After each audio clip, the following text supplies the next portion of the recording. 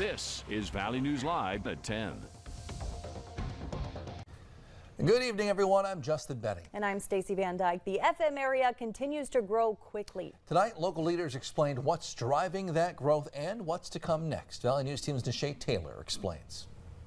The FM metro area is continuing to boom as more people are looking to make the area their home. When you would think most people would stop growing, we're not doing that. Over the last 10 years, we've had a 20% growth of the community. That's fantastic. And the growth isn't slowing down. A study revealed that about 5,000 people are anticipated to move to downtown Fargo in the next 5 to 10 years. In reality, we're finding more people like density and like to be in a more dense area, but you have to have amenities that they would like as well.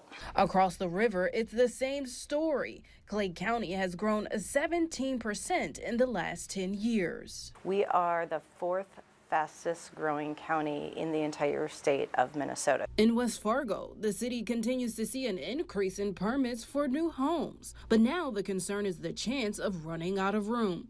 But city officials say they are working on a solution. We are decommissioning our lagoons, and that's going to be an extra 600 acres that will be utilized within the community. I think that I have about $60 million worth of projects that people are considering right now. The decommissioning process started back in June. So far, the project is 38% complete, but it isn't expected to finish until 2028. With growth comes the opportunity for change. In 3 to 5 years, the landscape of the city of Moorhead, particularly in our downtown, is going to be significantly different. One of the first revitalizations on the agenda is the Moorhead Center Mall. One of the things I continually heard about was there needed to be something done with the Moorhead Center Mall. Even 4 years ago, our citizens said this is an eyesore. We need to have a heart and soul of our community. In the Moorhead Center Mall footprint, the city is looking to construct mixed-use buildings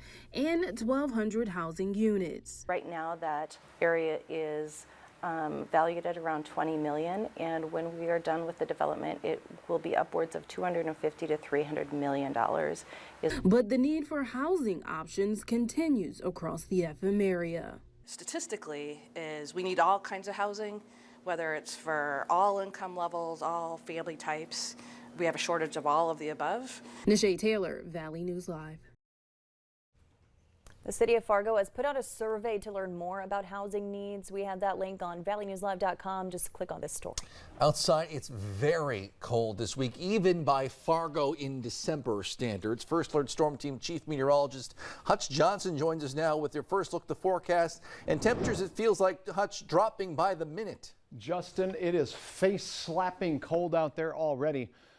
An interesting thing happens in our atmosphere on nights like this. Clear with fresh, dry snow, that fluffy snow we got, can really dry the air out and we drop very cold. We have First Alert weather days that we've been talking about since last week for this Arctic cold, and it's starting right now. The Arctic blast will keep us sub-zero until Friday and even into the weekend for many, and the temperatures and wind chills will be dangerous, if not life-threatening cold.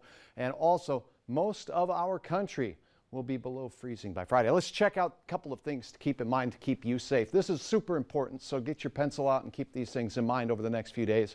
Inspect your gas furnace, your gas water heater, and the vents outdoors. Make sure they are not blocked.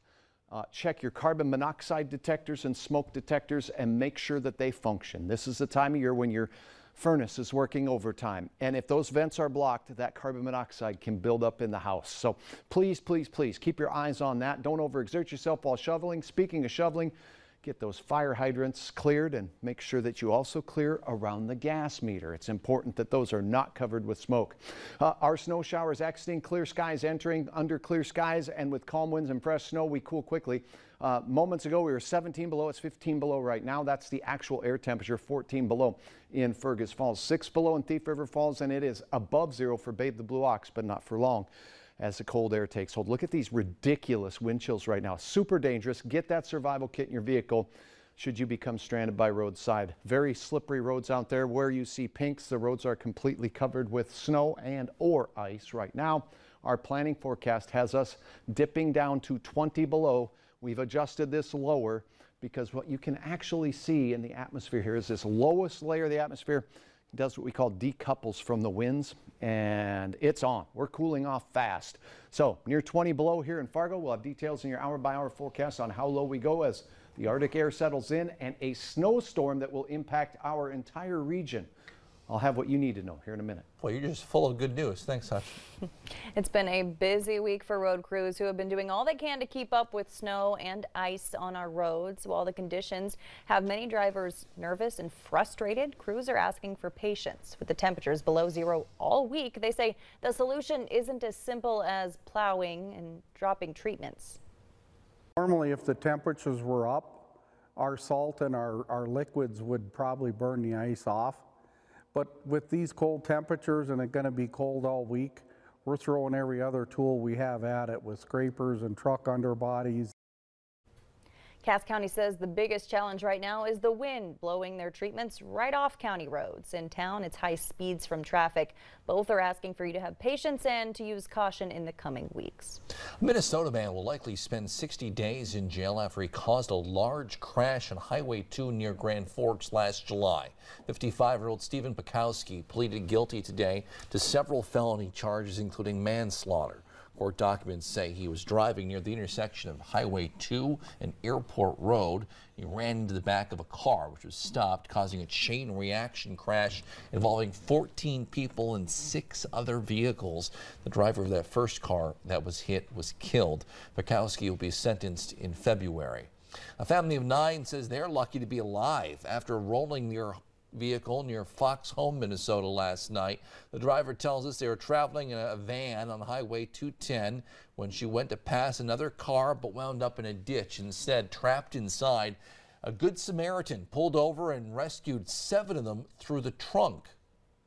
If it's not necessary to not go out, stay in as much as you can, and when you're out, be careful and just pray to God that you make it home safely. First responders had to rescue the 2 others inside. The family says no one was hurt and they all get to be together this holiday season. Incredible. If you're in downtown Fargo, you'll want to make sure that your vehicle is moved tonight. Overnight, Fargo Public Works crews will focus on completing snow removal on the north-south streets tonight. Vehicles parked in no parking areas at 2 a.m. will be impounded. They ask that you move your vehicle tonight to the east-west avenues downtown. It's the same story in Grand Forks. Vehicles downtown need to be moved in the next couple hours by 2 a.m. Any vehicles parked on the avenues there will be relocated. They ask that you make sure your vehicle in downtown Grand Forks is moved to the streets. Last week's blizzard shut down travel across much of North Dakota, and most events were canceled or postponed. But NDSU's graduation went on as planned, much to the chagrin of some people, especially from other side of the state. Demi Hartle explains. Last week's snowstorm caused headaches for travelers and for some NDSU graduates. Some seniors felt underappreciated because of circumstances surrounding the graduation ceremony. Kind of undervalued by the university. Ariel Eigelhart was scheduled to receive her diploma Friday evening. I mean, I went to college during COVID. People weren't able to walk then, and they were able to push that back. So it was really disheartening. Eigelhart had hoped that with road conditions making it unsafe to drive to Fargo, she would be able to walk in the spring 2023 commencement. But I reached out to records and registration just to figure out if we were able to walk, and receiving that email back saying that we weren't going to be able to walk kind of really made me upset. By the time the event was scheduled to start, the Fargo area already had about 12 inches of snow, and there was no travel advised on all North Dakota roads, according to North Dakota Transportation. Up until the day, I was pretty convinced that there was going to be a way that I was going to make it, because how was I going to miss out on it, and what was going to happen if I missed out on it?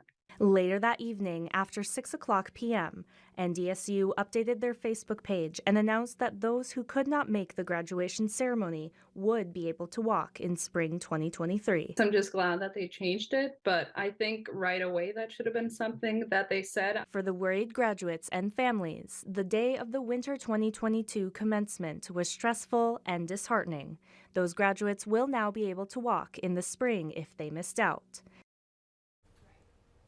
In other news, people living in a Pelican Rapids apartment complex had to be evacuated over the weekend when a man fired multiple gunshots. Police say they were moved to the high school after 38-year-old Jordan Pierce saw law enforcement and locked himself into his apartment with a rifle. He later surrendered. He was arrested on several charges, including carrying a firearm while under the influence of alcohol. No one was hurt.